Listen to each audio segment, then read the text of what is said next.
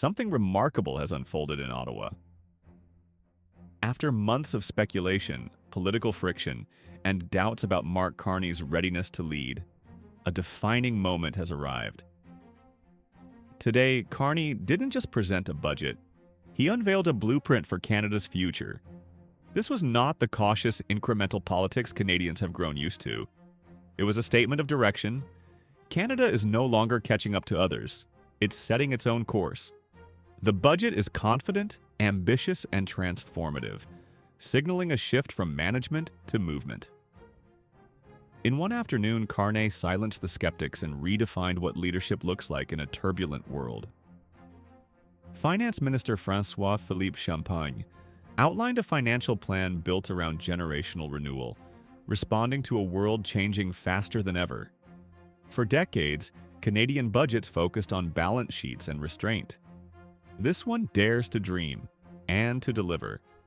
It trades the language of cuts for the language of construction, laying the groundwork for a more resilient and self-sufficient economy. The numbers are staggering.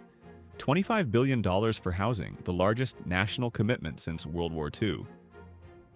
$30 billion for defense, finally hitting NATO's long-promised 2% benchmark.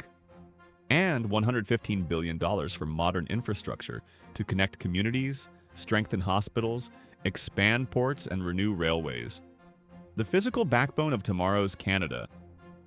It's not just about dollars, it's about direction. For Carney, this plan reflects a belief that real leadership means building, literally. Growth, productivity, and resilience form the foundation of this agenda.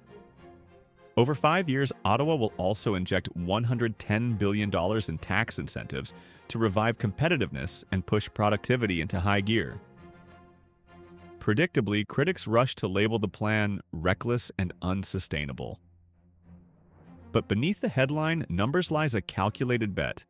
The $78 billion deficit isn't an indulgence, it's an investment. Over the next 5 years, that shortfall is projected to fall to $57 billion, shrinking from 2.5% of GDP to 1.5% as the economy expands. Carney's team is also tightening government operations, trimming 15,000 public sector roles and redirecting funds towards sectors that yield tangible results. This is not reckless spending, it's strategic rebuilding. Carney understands that growth doesn't come from austerity, it comes from purposeful investment.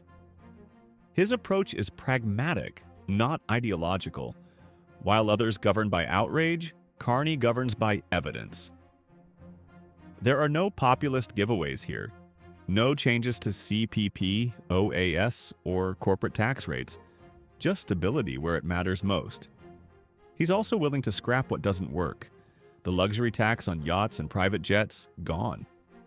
It cost more to enforce than it earned. Even the emissions cap may be reconsidered if it conflicts with national priorities. That flexibility marks a clear break from rigid partisanship and the performative politics that have long stalled progress. This budget also distances itself from the Trudeau era.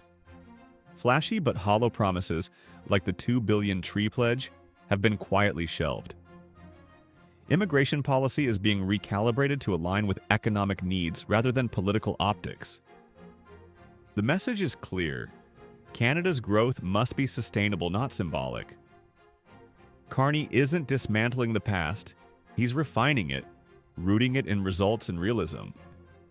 Economists, often skeptical of political theater, have taken notice. Kevin Page, Canada's first parliamentary budget officer, called this a very different budget. One focused on investment, rebuilding capacity, and addressing long-term structural weaknesses neglected by years of short-term governance.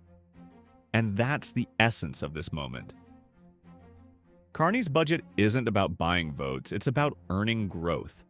It's a strategic gamble designed to lift a fragile economy through decisive investment, even at the cost of higher deficits in the short term. Bold leadership demands risk. And for the first time in a long time, Canada is not waiting for the world to shape its destiny. It's shaping its own. The real test, analysts warn, won't be the numbers. It'll be the execution. With as much as $10 billion in annual accrual spending and up to $20 billion in cash-based capital projects, the challenge lies in delivering on promises at this scale. Implementation, not ambition, could be the government's biggest risk. Still, the finance minister insists Canadians can rest easy tonight, confident their country is on stable ground. And while that reassurance carries a political tone, the budget's contents reveal a deeper truth. This strategy acknowledges the country's economic fragility head-on. Growth is crawling at barely 1% a year. Unemployment has climbed above 7%, and business investment has stagnated. The logic behind this budget is straightforward. Inject public funds now to spark private investment later, igniting a cycle of renewal. In an economy this weak, bold intervention isn't just a choice, it's a necessity. Carney's government is betting that decisive investment will not only lift output, but restore confidence in Canada's long-term potential. And so far, that bet seems to be paying off politically.